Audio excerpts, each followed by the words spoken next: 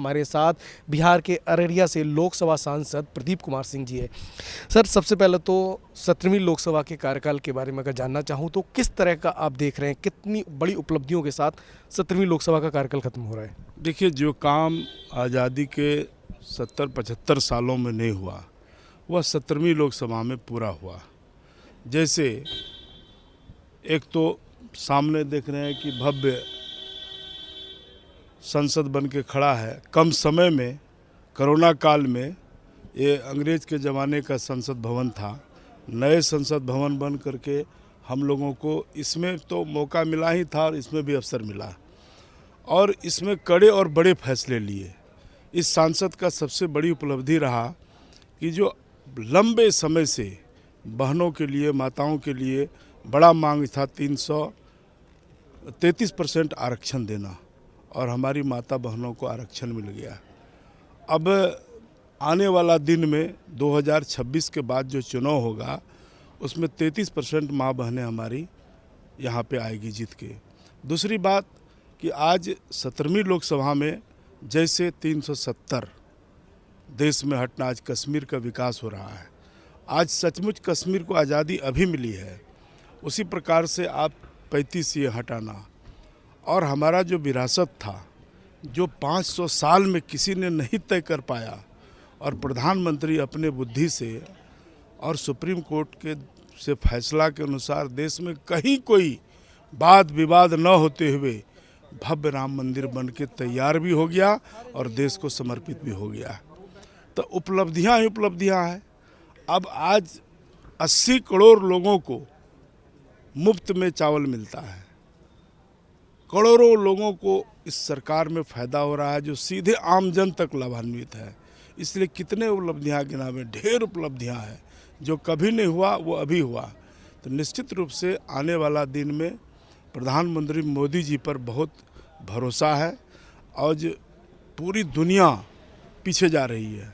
आर्थिक व्यवस्था, अर्थव्यवस्था देखिए पीछे जा रही है। सब चीज़ से लड़ते हुए विकास काम बाधित ना हुआ। आज देश 5वां अर्थव्यवस्था हो गया और मोदी जी की गारंटी है कि आने वाला दिन में भारत 2027 के बाद दुनिया का तीसरा अर्थव्यवस्था हुआ। तो एक तरफ अर्थव्यवस्था मजबूत हो रहा है, सेना की इच्छा शक्ति इतना मजबूत है कि आप देखते होंगे कि हम सब परिवार के साथ दिवाली मनाते हैं, प्रधानमंत्री सेना के साथ मिठाई खिलाते नज़र आते हैं, कभी चीन के बॉर्डर में तो कभी पाकिस्तान के बॉर्डर में। तो इस तरह का पहली बार आपने एक परिपाटी देखा होगा कि सेना का मनोबल को इतना बढ़ाया है कि अगर आज सरकार आदेश कर दे तो जाके लाहौर में झंडा फहरा सकता है। तो लड़ाई इच्छा शक्ति से होती है। तो सेना को हर तरह से मजबूत किया, आंतरिक ताकत। इसलिए आज विश्व के पटल में भारत का छवि सुंदर बना। G20 में आपने देखा ना, दुनिया सराहा।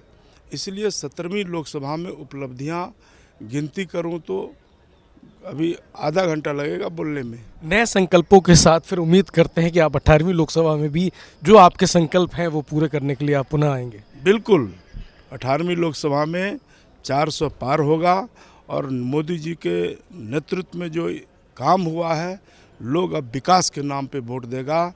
किसी का कोई समीकरण नहीं चलेगा। देश को ऊंचाई के ले जाने वाले मोदी जी हैं और प्रधानमंत्री मोदी पर अटूट भरोसा है।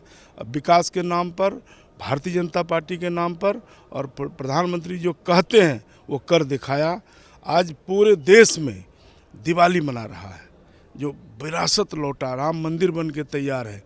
इसलिए राम राज का स्थापना हो चुका है। बहुत बहुत धन्यवाद। तो ये थे अररिया बिहार से लोकसभा सांसद प्रदीप कुमार सिंह जी, जिनका साफ तौर पर मानना है कि आज प्रधानमंत्री नरेंद्र मोदी की सरकार में जिस तरह से ऐतिहासिक कार्य हुए वो वास्तव में बहुत बड़ी उपलब्धि मानी जा सकती है और कई अनगिनत काम की सूची है। अगर वो गिनवाना चाहे, जैसा उनका कहना है, तो काफ़ी टाइम लगेगा। वास्तव में जिस तरह का 17वीं लोकसभा और प्रधानमंत्री नरेंद्र मोदी के 10 साल के कामकाज को देखें तो खासे ऐतिहासिक माने जा सकते हैं। और नई ऊर्जा के साथ प्रधानमंत्री ने जिस तरह से आह्वान किया है सभी सांसदों को, उनका मानना है कि नई ऊर्जा के साथ पुनः 18वीं लोकसभा में आकर जो उनके और बचे हुए कार्य हैं उस पथ पर आगे बढ़ेंगे। अमरेंद्र गुप्ता, संसद टीवी, दिल्ली।